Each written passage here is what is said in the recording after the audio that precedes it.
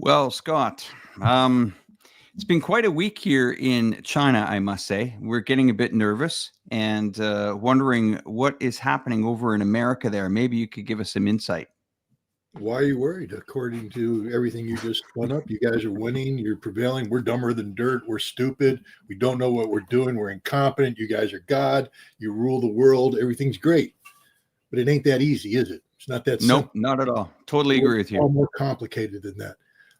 I don't know what the hell's going on. I mean, I'm nervous.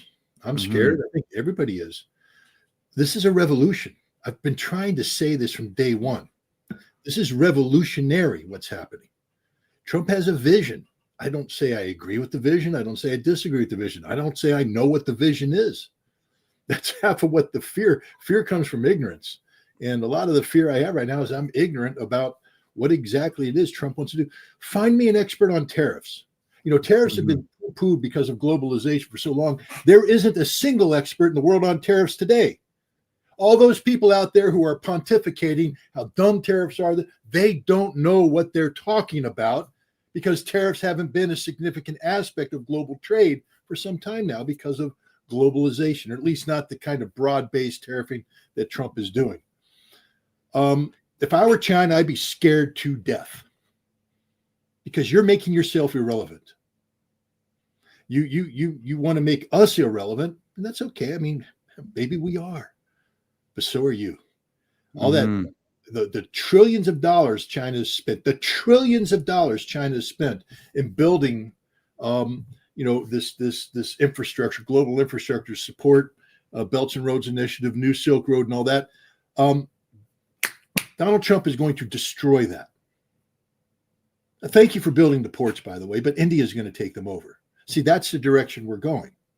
That's the mistake China has made, thinking that America's incompetent, America's irrelevant, America doesn't matter. We're not the world's most powerful nation out of nowhere. I know a lot of people have been writing us off for some time. I've been critical about America.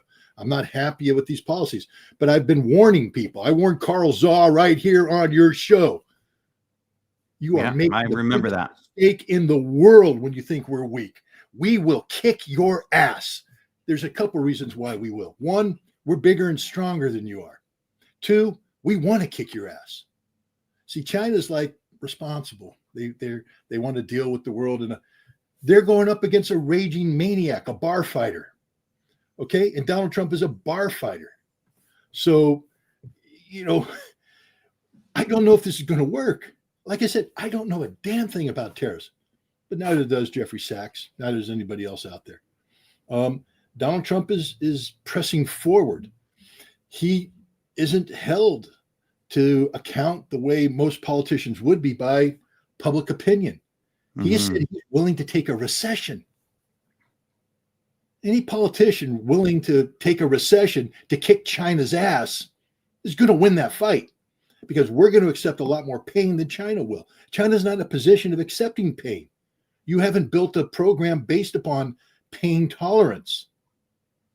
Your infrastructure is as fragile as it gets because it's based upon relationships with nations that you haven't developed the way we have. All right. You don't have diplomats that do what we do. You have diplomats that might be smarter, they might be better educated, they might be more articulate, they might have more compassion, they might be the kind of diplomats I want. But our diplomats go around and intimidate people, bully people. Twister, I see the comments you people, fuck off. Okay. This is half the problem is that you people out there don't want to hear the truth. Hmm. It's very easy for you to pick on the United States of America. You've been kicking at it for a long time. So have I. I've been very critical of the United States. Alex knows this as well. Yep. But you know, and I've warned you to think we're just going away as a nation. You're smoking dope. Okay, and now we have the man child in place as the president. Normal boundaries don't apply. Normal thinking doesn't apply.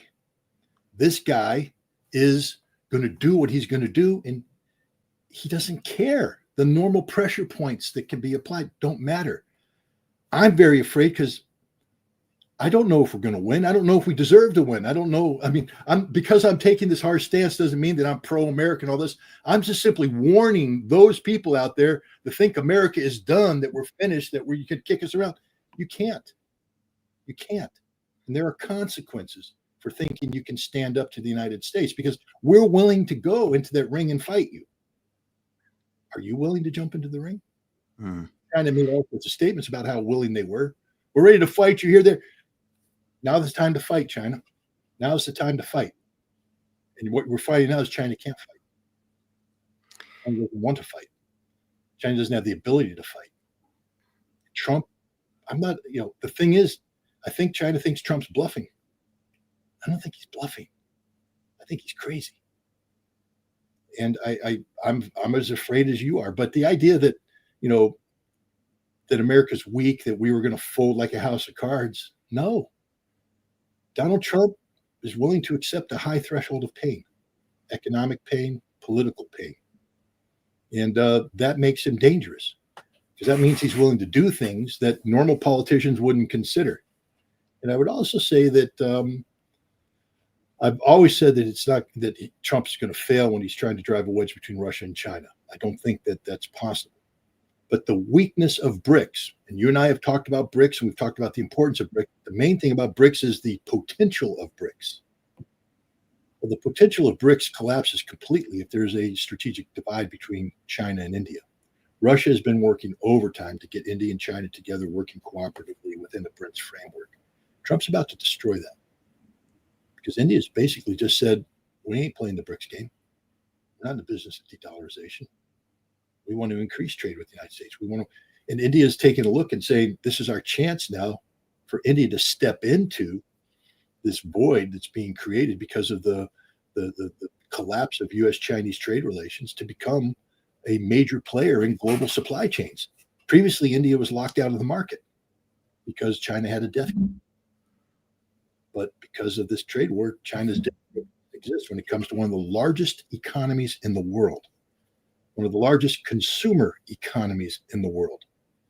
And India is getting ready to step in and replace. Now, I know there's a bunch of experts out there saying they can't do it. They can't do it based upon whose analysis, based upon whose numbers, whose benchmarks. We're in a revolution right now. Anything can happen. Scott, is there any way to de-escalate this? Of course there is. There's always a way to de-escalate. But the problem is, the longer this trade war goes on unchecked, it's like, for instance, I've spoken a lot about the Gulf War in 1990, 1991. We have, logistics is, the most important factor in any war. And when we made a political decision to go to war against Iraq in defense of Kuwait, we then began to flow military resources into the region. It was something called the tip fiddle. It's a time phase line flow of logistics. At some point in time, the flow of logistics becomes so great that the system becomes committed to an outcome that you can't reverse. China and the United States could de-escalate, as especially if we have this, if we retain, supply chain connectivity. We just blow the magic whistle and things start flowing again. But if we make a decision to strategically decouple from China and couple with India, no. Now we're in a existential trade war with China that could lead to pressure points being put elsewhere. I don't know if people are watching what's going on in the South China Sea right now. Back in April,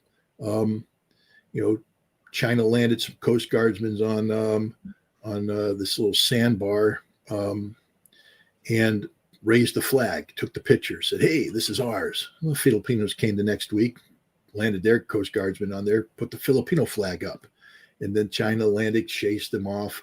The Filipinos have a big base. America's doing a major exercise. China's shadowing it. We deployed anti-ship missiles into the northern part of the Philippines. that using the same launcher that could be loaded up with Tomahawk missiles. One mistake, and we got a shooting war. And when you have relations dipping the way they are right now, the chances of a mistake like that increase exponentially. So I would say that both China and the United States would do well to put the brakes on this, to stop the rhetoric. Now, here's where China has to be a little bit more mature than the United States, because we have the orange-faced idiot in the White House who doesn't know how to stop the rhetoric. But all you do when you make these statements, what the Chinese government do, that belittle America, that that are aggressive, you just promote even more nonsense out of the White House, which makes it more difficult for us to back down. Can people name who our number one Chinese diplomat is right now? I mean, we know who Steve Witkoff is. We know who's the lead, with Iran. We know who's the lead with Russia. But can most Americans name who the lead American is talking with the Chinese? Where's the connectivity right now? Where are they? Where's the United States and China sitting down and talking? And we're not. I mean, Donald Trump's saying there's some phone calls being made. China's saying there's no phone calls being made. This is not a good thing. I mean, the Chinese shouldn't be proud of the fact that they're not talking to the United States, if you want to de-escalate. Because, again, I don't call Xi Jinping a madman. I don't call his foreign minister madman. I call Donald Trump a madman. I call his national security team a collection of madmen.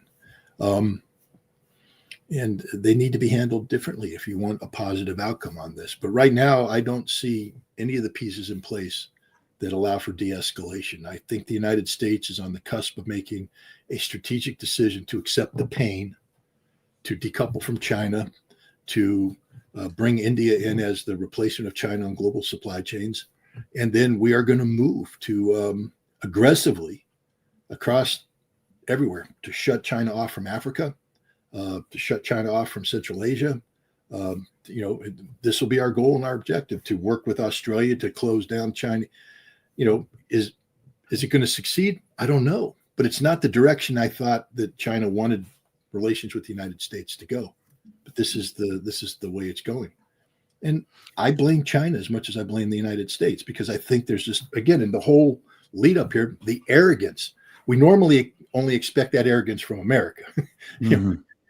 It's not a good thing. It's a bad look when we do it. Well, it's a bad look when China does it as well. Scott, I played that clip because it actually reminded me of the warning that you gave our viewers a good 4 or 5 months ago, that this could, a lot of people 6 months ago said, oh, it would never get to this.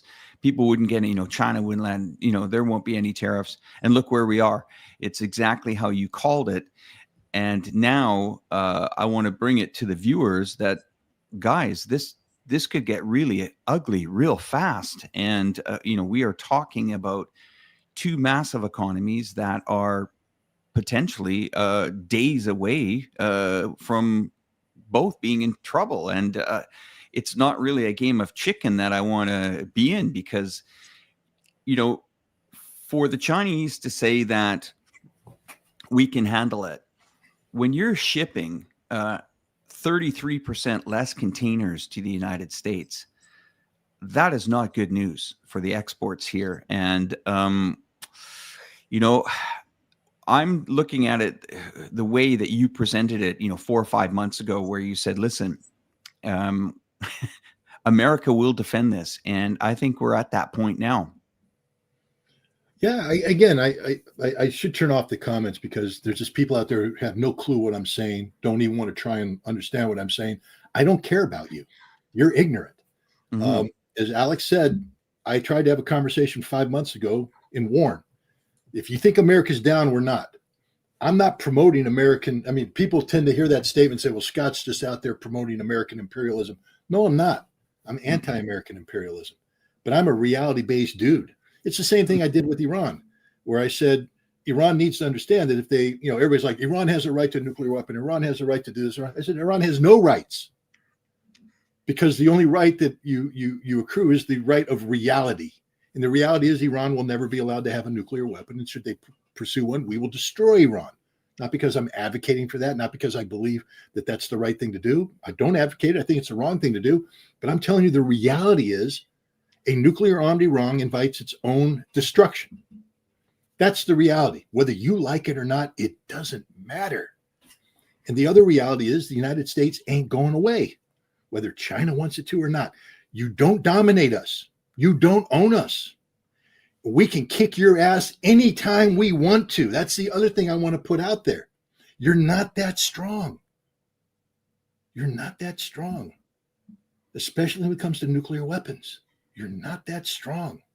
You're taking on a nuclear superpower ruled by a madman who has a nuclear doctrine that permits nuclear weapons to use preemptively at any time the president decides, who has inherited a nuclear employment plan from the Biden administration that is predicated on the need to strike China first, because China's building strategic capacity that is disruptive to the strategic balance. All those holes you drill in the ground out west, it ain't making you stronger. It's making you weaker. You know, and you're going to put some DF-41s in there. We'll flat trajectory W-76, W-82s out of a Ohio-class submarine that will hit your targets before you won't even detect them. And everything will be gone. That's the reality. I don't want it. But you're dealing with a man who has a nuclear posture that says this is what we'll do when our existential survival is threatened. And China's saying that we can existentially destroy you economically. Well, we're not just going to sit there and let China do that. We're going to use every tool possible to push back, up to including military force, up to including nuclear weapons. It ain't a game. It's real. And it's very, very dangerous. This rhetoric that comes out of the Trump administration, the only threat they talk about is China. The number one threat is China. The number one threat is China. The number one threat is China. If you keep saying that long enough, you believe it. And if the president's saying it and everybody beneath him saying it, that means that we're preparing for dealing with that threat. And the president is now, I believe, decisively engaged in an economic war with China that he believes we have to win. Which means that all the people saying that, well, America's going to fold like a house of cards, you know, that the prices are going to go up and the president's going to back down. Maybe he will, but I don't think he will. I think we're dealing with existential issues, life and death issues. This ain't a Carl Zau computer game. Okay, it's not. This is real. As real as it gets. And this is what bothers me is I don't think anybody understands this. I'm not picking on your audience, and I'm picking on, on America as well. I don't think the American people understand what's going on. Hell, we don't even know how to spell tariff. And I mean that seriously. Every time I write a paper on it, I get spell checked on it. Is it 2 R's or 2 F's? But, you know, the point is, if we can't spell it, we don't know about it. And if we don't know about it, we don't understand it. And if we don't understand it, we can't do our democratic duty to hold elected representatives accountable for what they do in our name. So Trump pretty much gets to do whatever he wants because we don't understand it. Congress doesn't understand it. Nobody understands it. Trump's doing it. And we don't understand what he's doing.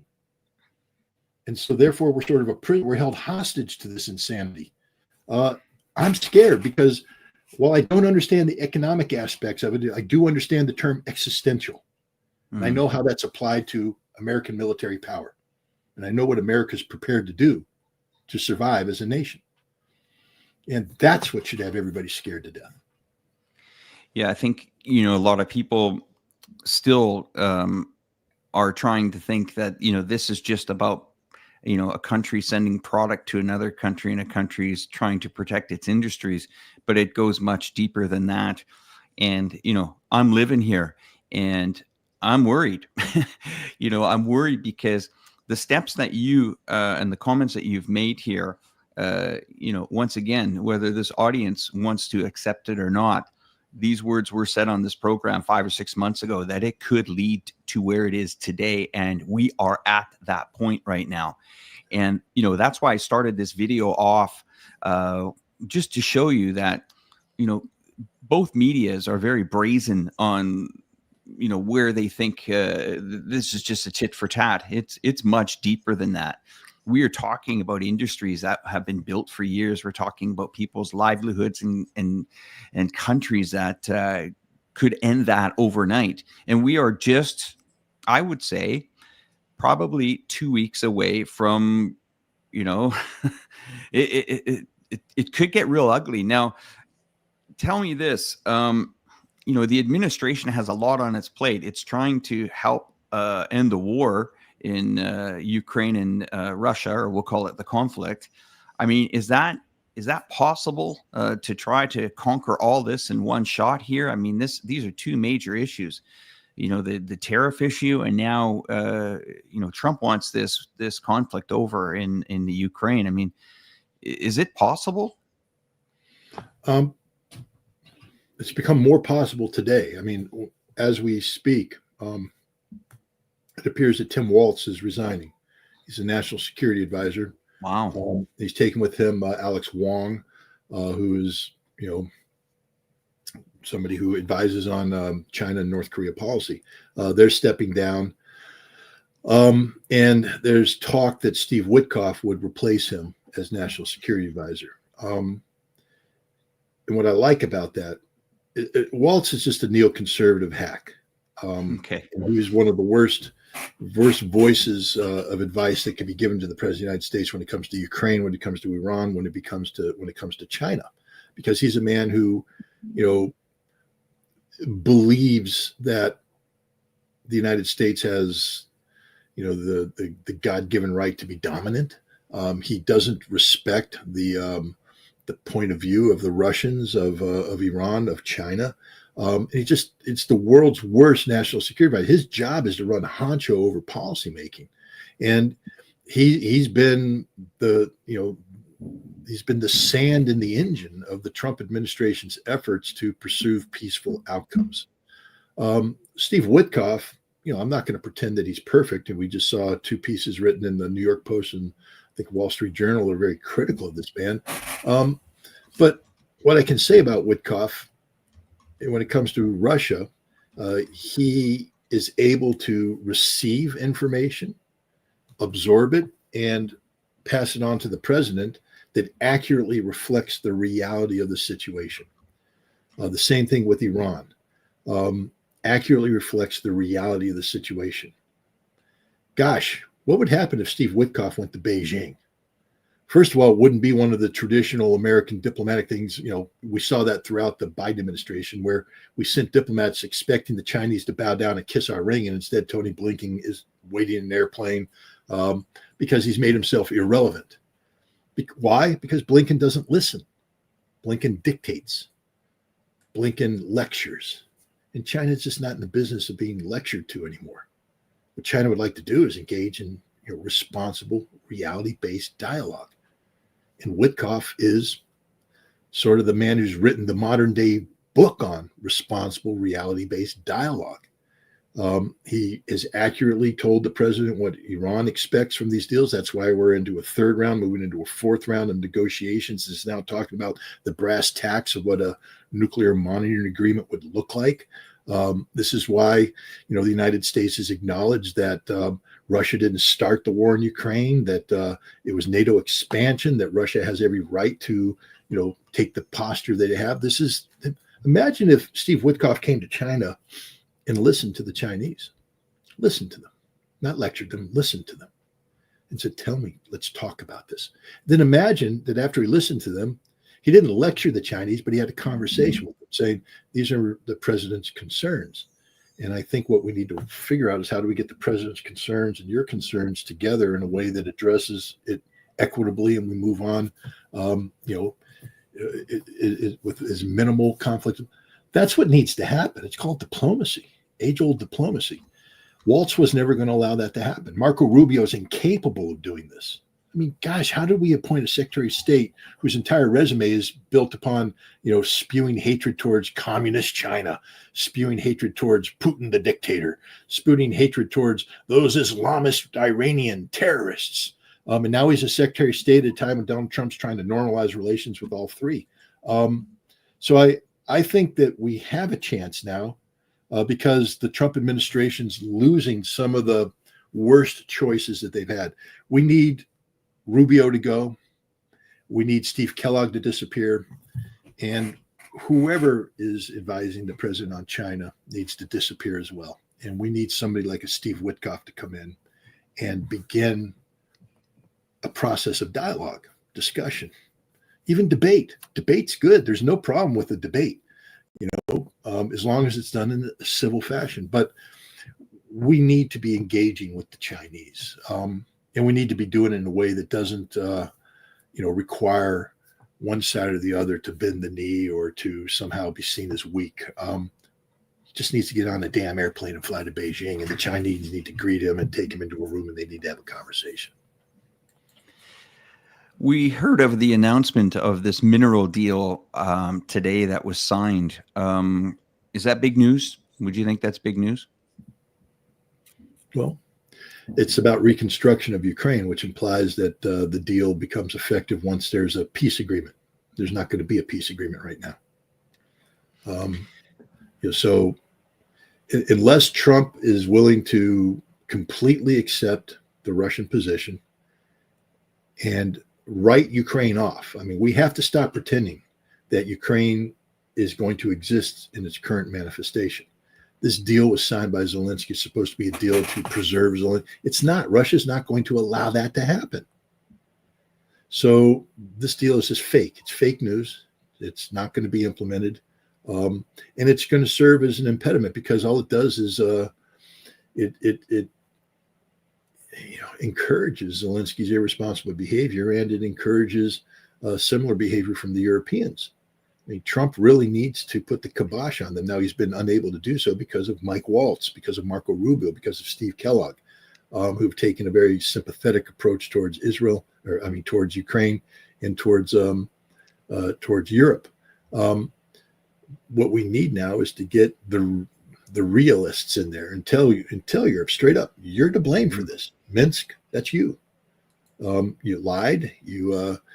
We did too. But see, Trump wants to blame Biden, even though we know that there were 4 years of Trump administration, 2017, 2021, where he was the most advocate supporter of, aggressive Ukrainian posturing against Russia. That the war that exists today happened because of Donald Trump, not because of Joe Biden. But we want to pretend that doesn't exist. But the fact is, Europe is to blame for this war. Therefore, Europe doesn't get to reap the benefits of this war. Europe, like the United States, has lost. Russia has won. What we need to do is mitigate the downside of our defeat by securing a peace that is as equitable as possible for Europe and Russia, but not for Ukraine. Ukraine's a dead nation. Ukraine's finished. It's defined itself along the lines of Banderist ideology. It's corrupt as the day is long, and it's incapable of embracing, a change in national direction that would have to exist in order for there to be conditions conducive to peace. Ukraine is a warmongering nation. It exists. The continued legitimization of the state exists only through war. And Russia is going to terminate Ukraine. Now, it can be done at the negotiating table or it can be done on the battlefield. I don't think Trump is capable of, at this juncture, facilitating Ukraine's demise at the negotiating table. And that's what would have to happen if we're going to have peace. And if that happens, this stupid mineral deal, it's dead. So this is just a fake deal. It's a fake deal. Scott, we've seen a lot of technology move forward in regards to drone warfare.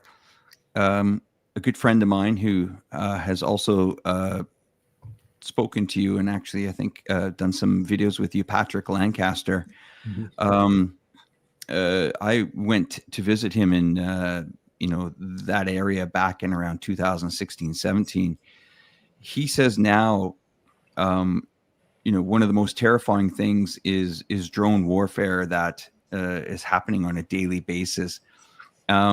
Is there something that, these soldiers, do jammers actually work, handheld jammers and stuff like that? Is that kind of equipment, is it reliable?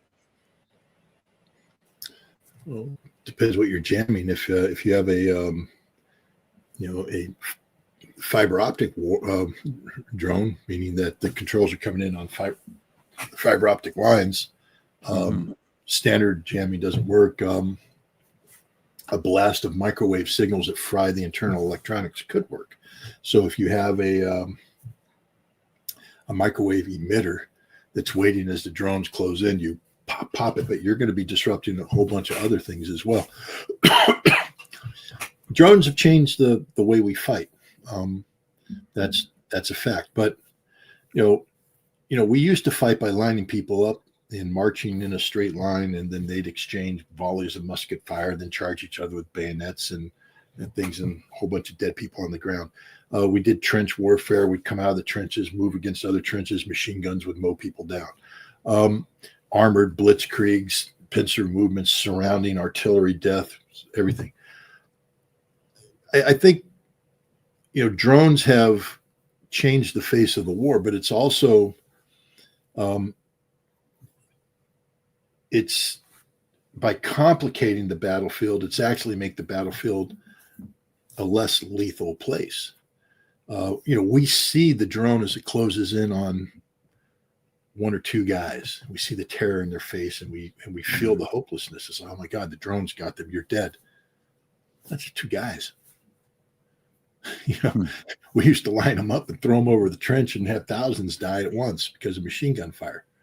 What drones warfare has done is made the concentration of troops less likely, because you don't want to put everybody together and have a drone hit them. So, you know, in the Marine Corps, for instance, if I were doing company level tactics, I'd be maneuvering, you know, 11-man squads. They may have changed the numbers, you know, in support of, you know, 36-man platoons, maneuvering and all that. Talk to the Russians. They speak in terms of 3s and 6s. 3s is the size of their basic assault group. They go in with 3 men. 3 ain't nothing, but that's all you can put in, because if the drone defense collapses and the drones come in, you're going to lose 3 guys, but that's it.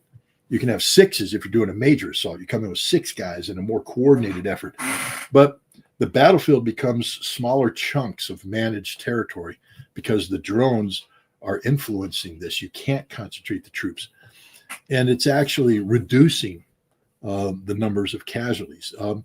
And it's just the way it is. It's changed warfare, but there will be adaptations to it.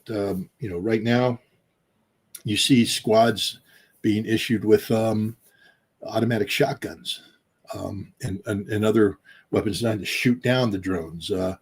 As artillery units step in, they deploy ground teams whose job is to scan areas with shotguns to shoot down the drones as they come in. You have the electronic jammers, which complicate drone warfare. You have microwave emitters. You have counter drones. I mean, as you're flying in your drone now, they have smaller drones out there, little hunter drones, looking for your drone to ram into them. If you bring in your bigger drone, ram into them. So drone versus drone warfare. It's just a new kind of war.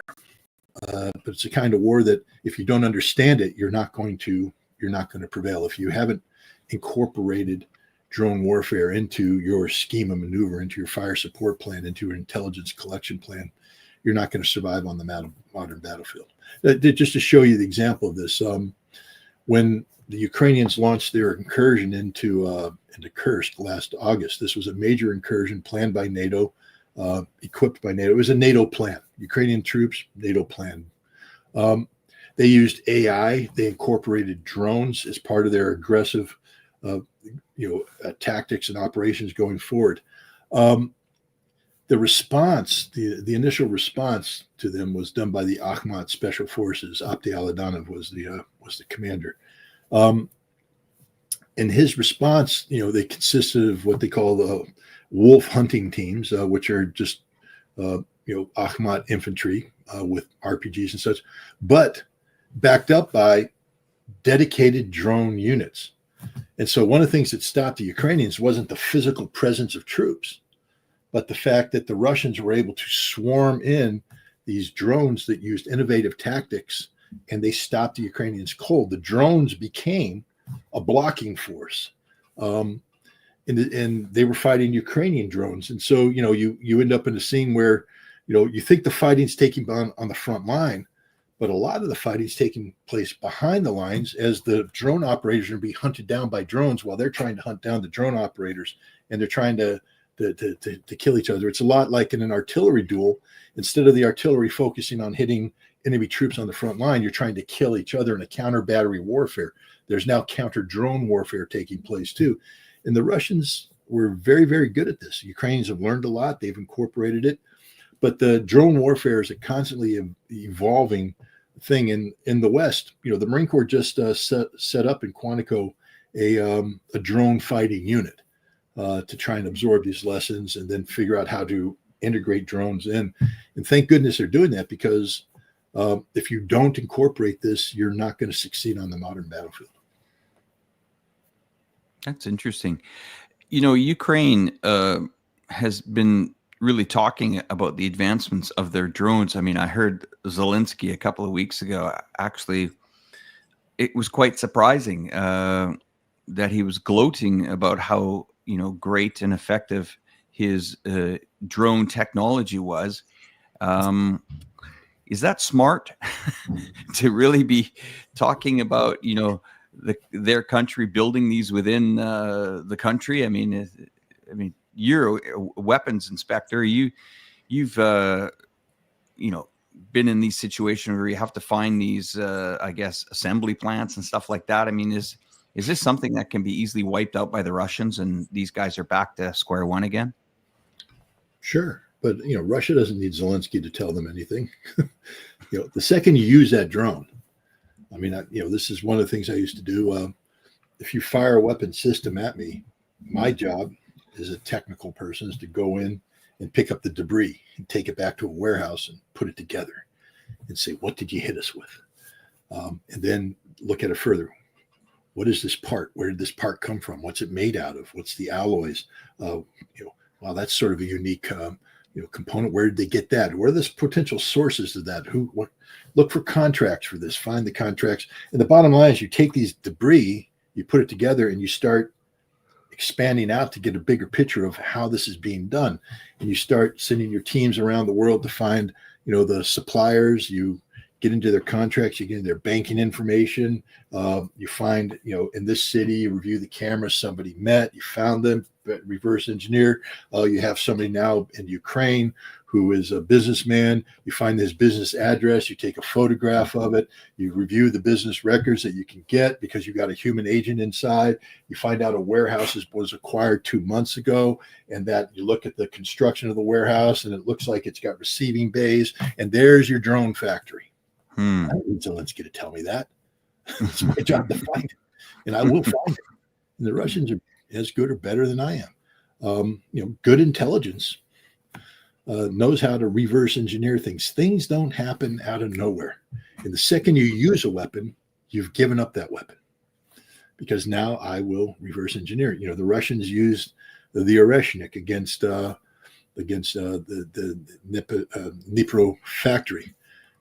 I have it's my own personal is that the Russians used a dumbed down version of the Oreshnik, meaning that they demonstrated strike capacity but not destructive capacity. That what hit was not the full destructive capability, because they didn't want to give away the farm. They were simply showing the potential to strike without giving away totality of capability, because the totality of capability then allows people like me to reverse engineer and find things out.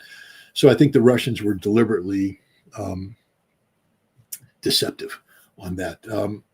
But they could afford it, because that was a demonstration strike. When Ukraine goes out and starts striking deep into Russia, the drone itself may seem relatively unsophisticated, but that's half of its arm. It's slow flying. Radars are not geared to pick up slow flying, low radar cross section based upon the components. But then more importantly is, you can't communicate directly with it. So that drone is going, point to point to point to point to point to get to a place. That's all program navigation that comes from intelligence.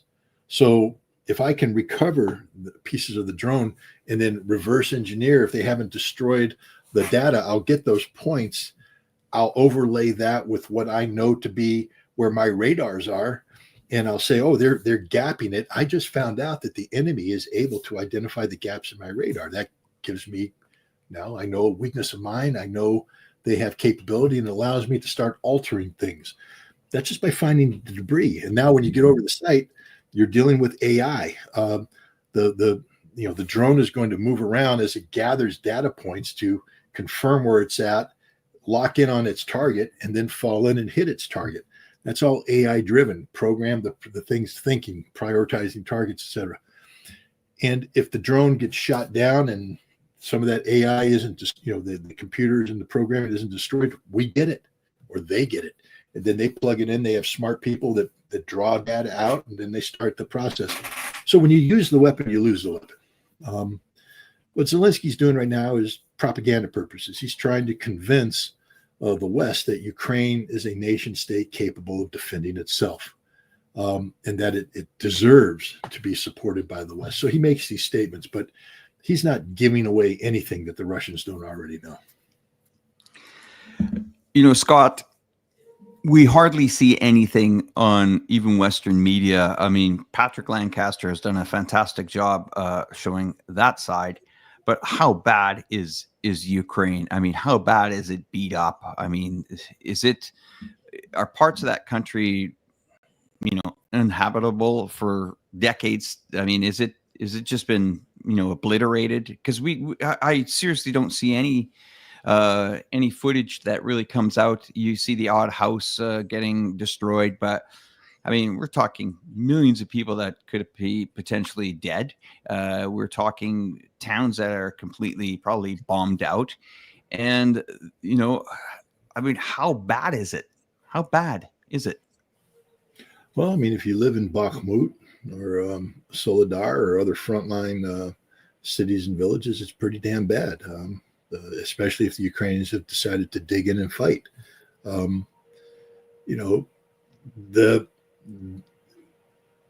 The Russians are winning this war, but it's not because the Ukrainians have rolled over and played dead. They are very hard troops. They're very tough troops, and with the exception of the forcefully mobilized, many of these Ukrainians are very well-trained troops, and even in some cases, extremely well-motivated troops. And they will fight. And when they fight, it takes a lot to destroy them. Russia still uses a lot of artillery, and that artillery tears places apart. It poisons the ground. When you go to, old U.S. military training installations, I remember as a kid, I lived in Hawaii, and we went to Barbers Point Naval Station. But during World War II, and then during Korea, and then during Vietnam, parts of that area were naval gunfire and aerial, ordnance testing places, training places. So they'd be firing everything into the ground. And we'd go set up camps as Boy Scouts, and we're rolling in the dirt, and we're digging around, and, you find all this unexploded ordnance, and then you throw it in the fire, and it goes boom, and the shrapnel puts you in your tent, and you smile and you laugh, and nobody lost an eye, so it's okay. But the point is, that area is a Superfund site. The level of heavy metal contamination of the soil. So as we're playing in the dust is going up, and we're breathing in the dust. We're contaminating ourselves, and they've since have gone in and found out it's getting in. That material all gets down into the groundwater, and then gets absorbed into your wells and comes out. And if you don't have filters for it, so they're finding out that all these military training facilities that we have around the country, where we've been blowing up artillery shells and all this stuff, is highly contaminated. Well, Ukraine is highly contaminated. The line of contact where both sides have been pouring in munitions, the high explosives, when it goes off, is just leaving a huge residue of poisonous materials, toxic metals, etc. And that seeps into the ground, gets into the groundwater, contaminates everything. It's going to be a dead zone for a while. I mean, Mother Nature cures all. One only has to take a look at the battlefields of Europe in World War I, where you had similarly, confined spaces subjected to tremendous amount of bombardment. They are growing crops today, but there's a large parts of Europe that continue to be poisoned because of of the amount of north. And that's Ukraine, where the fighting's taking place. There's a lot of poison. There's a huge amount of Ukraine that's untouched by this war, by the way, though. When you get onto the western side of the Dnieper River and you move west, you get into Lvov and Ivano-Frankivsk and all these other places. They're largely intact. Yes, some air bases are hit, some strategic sites are hit, but generally speaking, the Ukraine as a whole is largely untouched by this war. But the areas where the fighting's taking place have been extraordinarily devastating, and it will be difficult to sustain human life on a meaningful basis for years to come. But let's look at the city of Mariupol. Big fighting in 2022. When I visited in 2023, reconstruction had already started. Today, Mariupol is a city transformed. And what that tells you is that the Russians aren't going to give up on Russia. So when this war does end, those territories that Russia is responsible for will be refurbished, will be rebuilt, and repopulated. So there's the good news, but it's going to cost a lot of money. One of the things that this reconstruction agreement that Trump signed with Zelensky, or the Ukraine signed with the United States, it's supposed to encourage investment, et cetera, to help fund the costs of rebuilding Ukraine, refurbishing these territories that have been devastated by conflict. It's going to be very expensive, and Ukraine has paid a heavy price. But, as we continue to go in deeper to try to find, a peace agreement here, you still think we're a long ways away from this, huh? I think the Russians are going to have to win this on the battlefield. I believe that the Ukrainian military has been heavily damaged. It's a big military, and if it can be resupplied, if money's pumped in, it's like putting a body on life support. You can make this thing live as long as you want. But if you take it off life support, it dies instantly. And that's where Ukraine is today. If the United States withdraws the intelligence support, the financial support, and the military support, Ukraine dies. One of the things about this so-called minerals deal is that it creates an expectation of continued American support. And, that'll be to the detriment of Ukraine. I think everybody should understand that there's literally nothing that can be done to turn the tide of the war in favor of Ukraine or in NATO. That the longer this war goes on, the better, the stronger Russia becomes.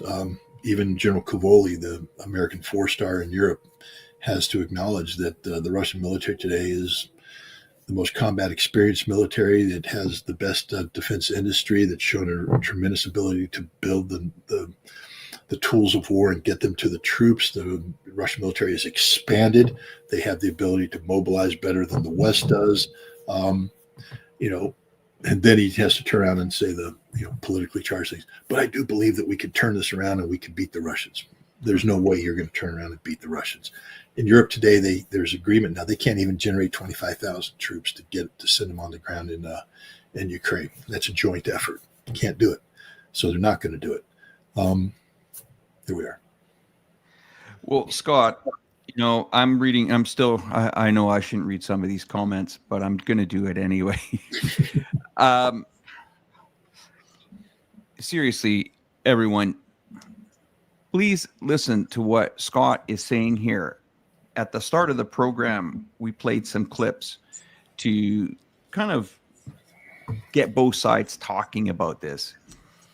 Scott, I have to say, you have changed my view on especially the China-US topic here. Even though I'm living in China here, I am not convinced that this is going to go away. I think this is going to get very, very real quickly. And I just, again, would like everybody to understand, where this could lead. And Scott, if you could just, again, give people the reality of what could happen here. if this The worst continues case forward. scenario is that we have a nuclear war between the United States and China will lose.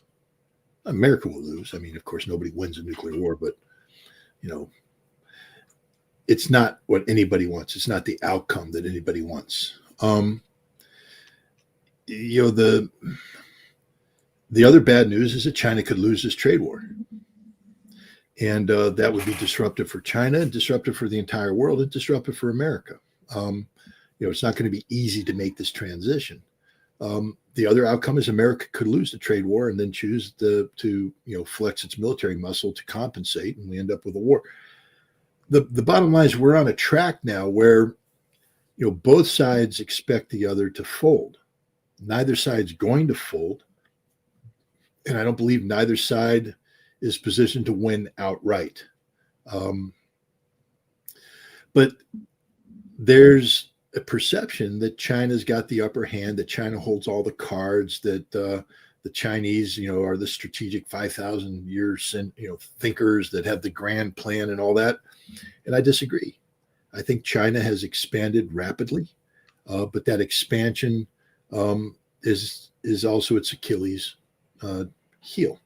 Because, for instance, if you build something out of brick and the mortar in there hasn't set, that structure is very weak. It can collapse very quickly. I think China's built something that's very big, very impressive, but I don't think the mortar has set. I don't think that it is solid as they think. And the United States now is in the business of chipping away at places we deem the Chinese edifice to be weak at.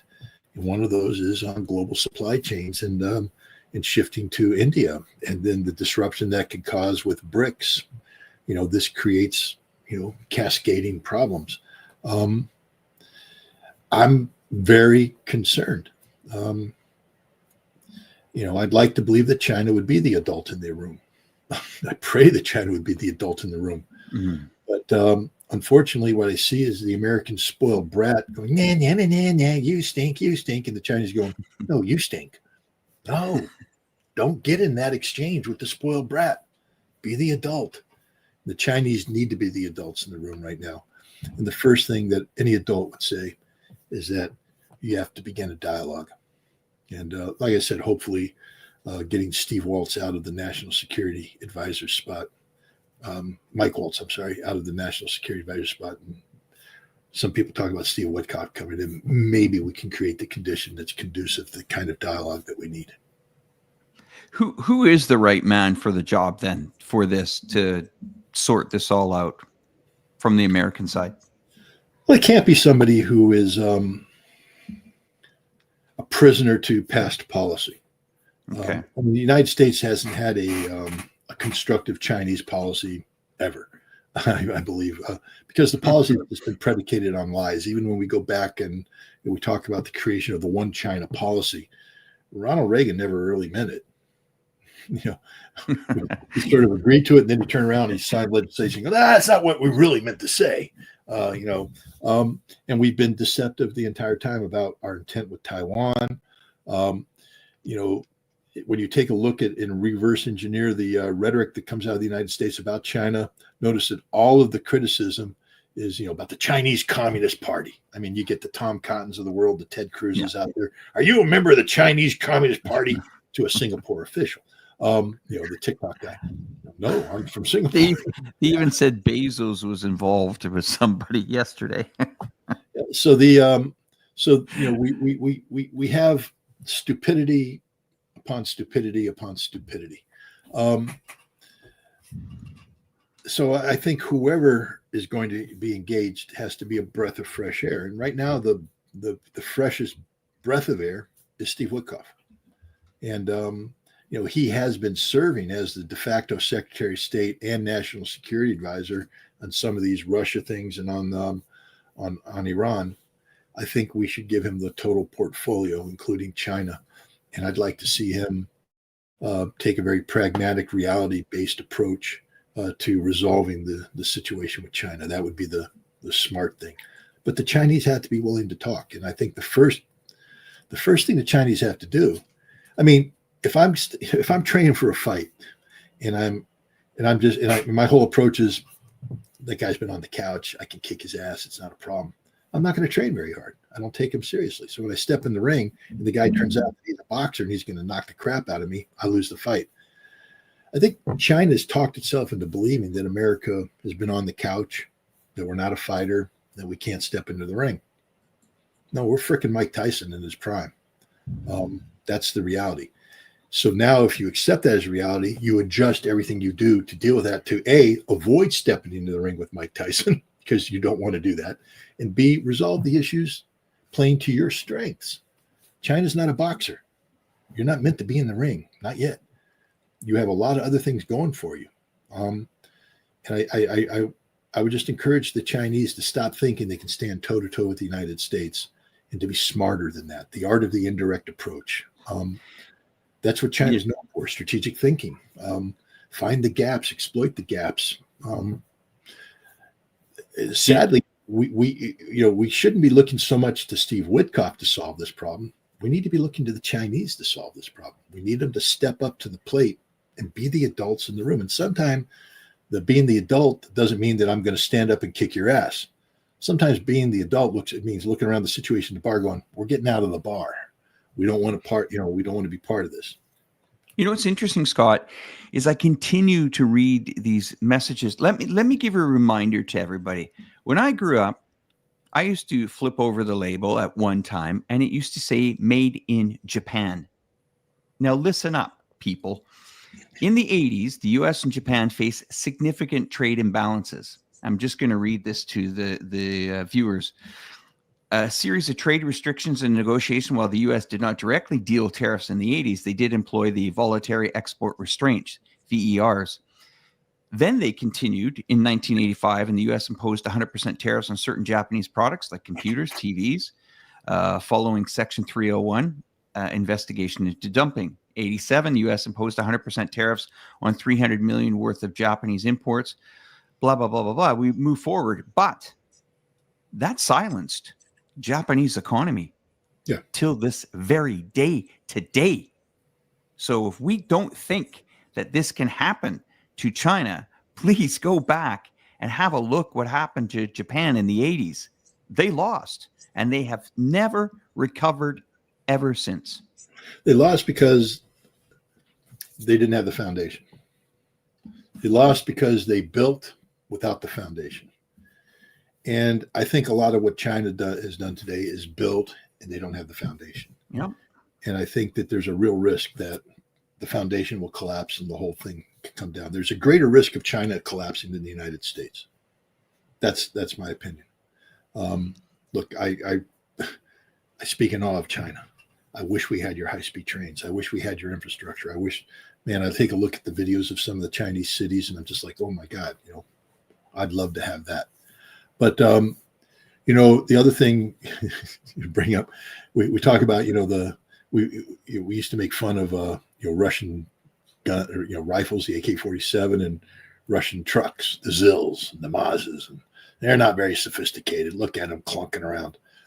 But that AK-47, you throw it in the river, it gets clogged with mud. You pick it up, spit on it, it still shoots. That Zil and the weather gets crap. You don't have good gas. You got polluted gas. The engine works and you still move forward. That's America. That's America. We may not be as flashy as China anymore. We don't have, but we work.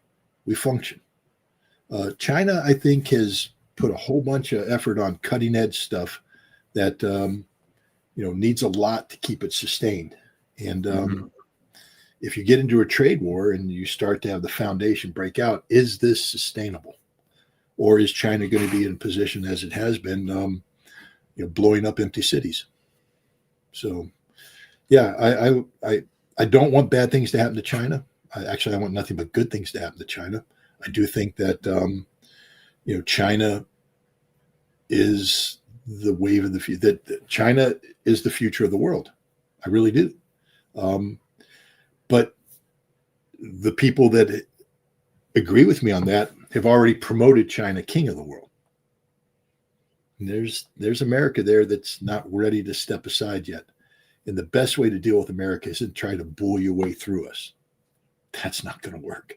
The best way to deal with this is to talk, play to your strengths, have us bring in reasonable people. We reach an accommodation, and both sides are happy. I think the United States is prepared to accept the fact that we're no longer the global hegemon. I mean, I've accepted that for a long time now, but even the Trump administration speaks of this new reality.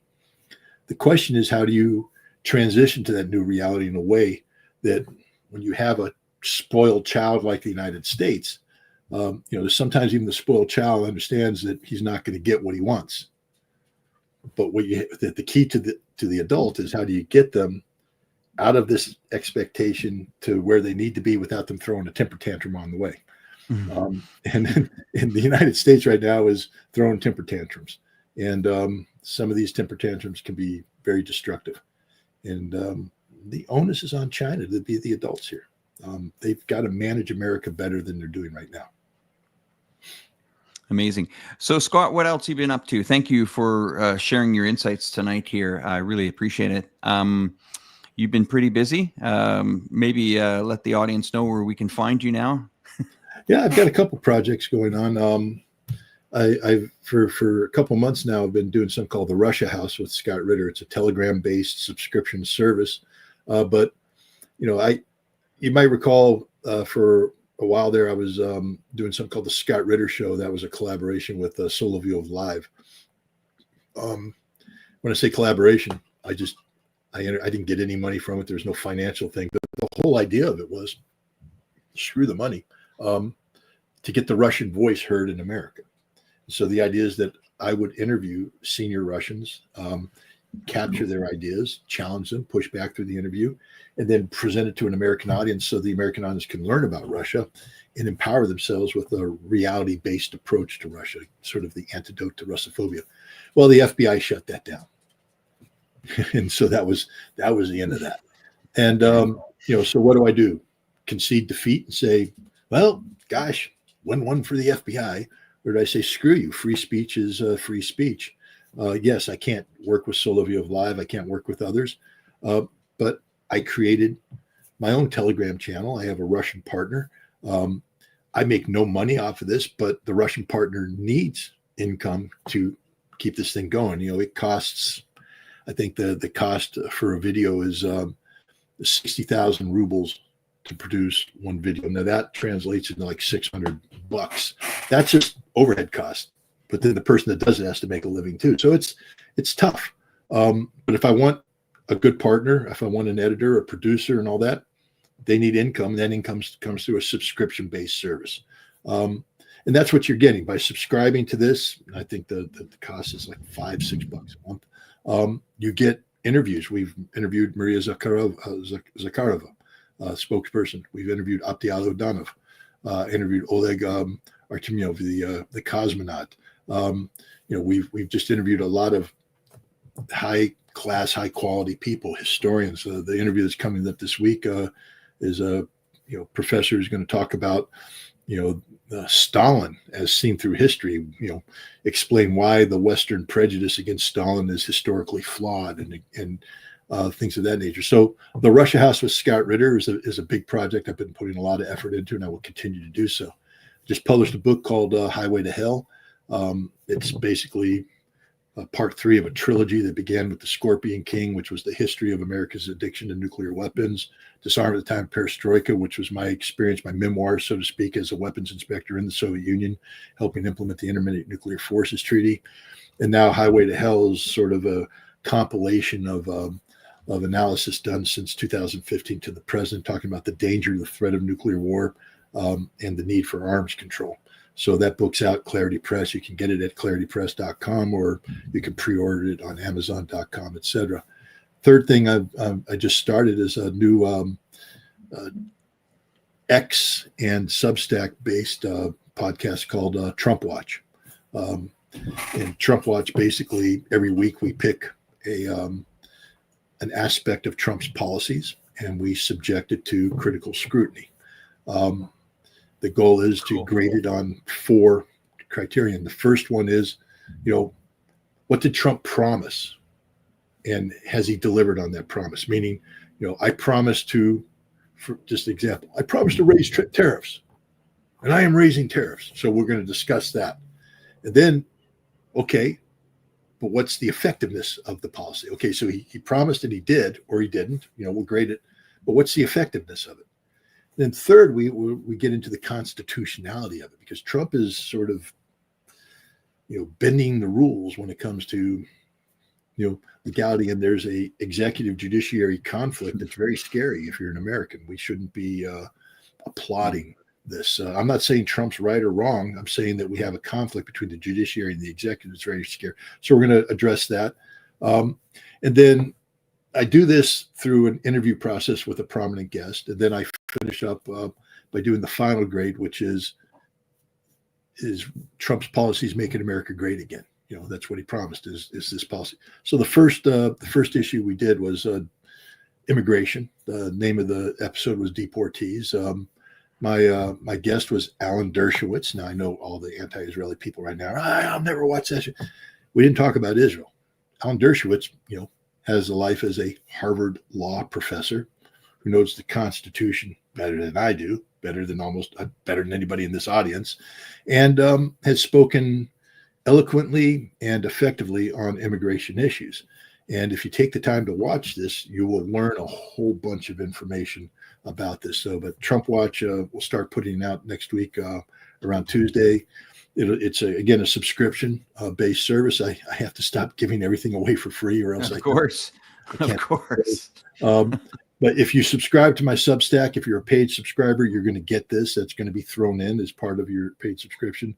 We're also on X. Scott, Patrick Lancaster definitely said your Substack is one of the best out there. Well, thanks. Well, I appreciate that. I have to say this. I mean, I subscribe to his too. I encourage everybody to do so, because he's providing unique. Nobody else is doing what Patrick Lancaster is doing. A Western journalist on the front lines. The guy's brave and he's very effective. And then last, I'm following up on what we call Operation Dawn last year, which is our project to stop nuclear war, to inject it into the elections. We feel it was a very successful campaign. Now doing Dawn 2.0, which is to follow through, not with just stopping nuclear war, but now promoting disarmament and arms control. And we're going to make a documentary film called 38 Minutes. The 38 minutes refers to the time between the initial emergency notification on January 13th, 2018 in Hawaii, that a missile is inbound, a nuclear missile. This is not a drill, seek shelter. Now imagine waking up in the morning and your phone goes off, and you look at this and you go, wait, what? A missile's inbound with a nuclear warhead? What do you mean seek shelter? What do you mean a missile's inbound? For 38 minutes, they didn't know that it was a false alarm. For 38 minutes, the people of Hawaii thought they were going to die. And we want to talk about that, because there's a lot of people out there who don't believe that nuclear war is real, that nuclear war could happen. And therefore, they don't take the issues that could lead to a nuclear war. They don't take the issues that could be done to mitigate against nuclear war seriously until the emergency notification comes in. Then suddenly you might want to wish that you took the issue more seriously. You suddenly might be asking yourself, what could I have done to prevent this notification from going off? Because now I'm going to die. My children are going to die. My family's going to die. Life as I know it's going to end. And so we're going to make a documentary film about this. And anybody who's ever made documentary films, know that they don't happen out of thin air. And so we're doing fundraising. If you go to scottritter.com, you'll see a fundraising site for that. Anything that you could contribute will help with this. It's something we want to get out, at least in an initial cut, by the middle of summer, the end of summer. And we want it to be something that helps influence, just so people know the time frame here. The New START Treaty, which is the last mechanism to do I speak Russian? Нет, я не говорю по-русски. The last mechanism that puts the cap on strategic nuclear weapons expires in February of next year. And when it expires, if there's not an extension of the treaty or a new treaty, we will get in a arms race that'll go on full automatic. And we'll go from 1,550, 1,600 deployed nuclear warheads to about 6,000 to 8,000 and we'll see that number jump up to 10 to 20,000 each. When you have weapons, especially when both sides have modified nuclear doctrines that allow for the consideration of preemptive use of nuclear weapons, the chances of that nuclear emergency alert going off increase exponentially. So this is what we're trying to stop. We think the documentary could be effective in helping educate people on that, and any support people could provide would be greatly appreciated. Scott, do we have a ballpark on what something like that's going to cost, just out of an estimate? I mean, if we were doing all the bells, because I've made a documentary film before, right, and it cost $500,000. Now, I'm not asking for $500,000. If we want to do this big, to do the full 90-minute version is going to cost us around $200,000. To do initial collection and editing to get a 30-minute interim movie out, we're probably looking at $50,000 to $70,000 to get that done. So, again, we can do that which we can afford. If we raise $50,000 to $70,000, you get a 30-minute movie. If we get $200,000, we can get you the 90-minute movie. If we get more than that, then we can put the bells and whistles and all all the stuff on it. But the goal here isn't to win Sundance Film Festival. The goal here is to educate people, to get something out there that informs and educates, but it's done in a way that is consumable. I mean, we don't want to bore you to death. When you put it on, it's got to be something that can be watchable. So we need good quality people. We need good filmographers. We need good sound people. We need, I'm a writer, but there's, I'm the director and the conceiver, but there's people who know how to write movies, to make things flow, to look at things, to script it out, to make it. And we need to bring those people in, and then there's travel expenses. I know people are going to roll their eyes on this one, but we got to go to Hawaii. Oh, damn. But we're going to hold a conference in Hawaii, put on a show, and then interview people and try and capture this data so that we can make this film. But Hawaii is the place to go because it's the only place in the world in recent times where people have received an emergency alert that nuclear weapons are coming in and all life will end in 38 minutes. So this is where we find you, huh? This is the website here. This is skyritter.com. Yeah. And if you look at the top there, you got the different podcasts and you got articles. Then you've got, I don't know what that's, video commentaries. Yeah. That's operate. Yeah. And if you tap that one, No Nuclear War, you might get to, you might take you to the 38-minute fundraiser. That's Say No to Nuclear War. And then that's the old one, but No Nuclear War, No Nuclear War. I don't know. Is this straight up, or is this an old one, or is this what you just logged into? I put scottritter.com. I don't know why. I have to talk to my web people because no worries. But we can donate here, right? So this is the donate button. This will go to maybe if you hit donate support right here. Okay, Scott. So I'm going to make you a promise here, and I'm going to promise all the other guys, all the other content creators, I will post within a week on my community tab that my channel will donate $500 towards this. And this is a challenge to all the other content creators that have either had Scott on their show or done collaborations with him to match that. Okay. That's my commitment to you. Much. Appreciate that. No problem. I know you're a busy guy too, so I'll let you get on with your schedule today. Do you have any other live shows going on today? Let us know. And Scott, today's a writing day. Today I have to actually get 2 articles out. So, I really appreciate you coming on and, helping our audience really understand this. You've been adamant on this. You've been right on this. And I'm glad that people are starting to pay attention. And that's what we need to do here. So I really appreciate you coming on and helping. Thanks. I'm just going to throw out one last thing because there was a question about Instagram. I guess that's what IG is. Is that Instagram? Yeah. I'm not on Instagram. So if there's a web page out there that says it's Scott Ritter it ain't me, babe. So I'm if, not an if there's Instagram model or whatever. if there's one out there with Reportify, I'm the same. I haven't got around to that. But Scott, I look forward to having you on here whenever you have time. That would be great. And again, thank you so much for spending time. What a great show today. Thank you. Thank you. Thanks. Have a great day. All right. Bye for now, Scott. Thank you. Bye-bye. Cheers, man. Bye-bye. Well, everybody, thank you again. You can just see just on the bottom there by my name. This is artofthetrade. No, that's wrong. It's just let me change that, guys. I've had that wrong for the whole time. Let me just change that. There we go. Artofthetrade.vip. You know, I don't know if you guys were aware, but I was a derivatives trader for over 20 years in Monaco. And lately, I've been really trying to help out a lot of people with the financial markets. And, you know, as my wife says, in these markets, you don't need a book and you don't need a course.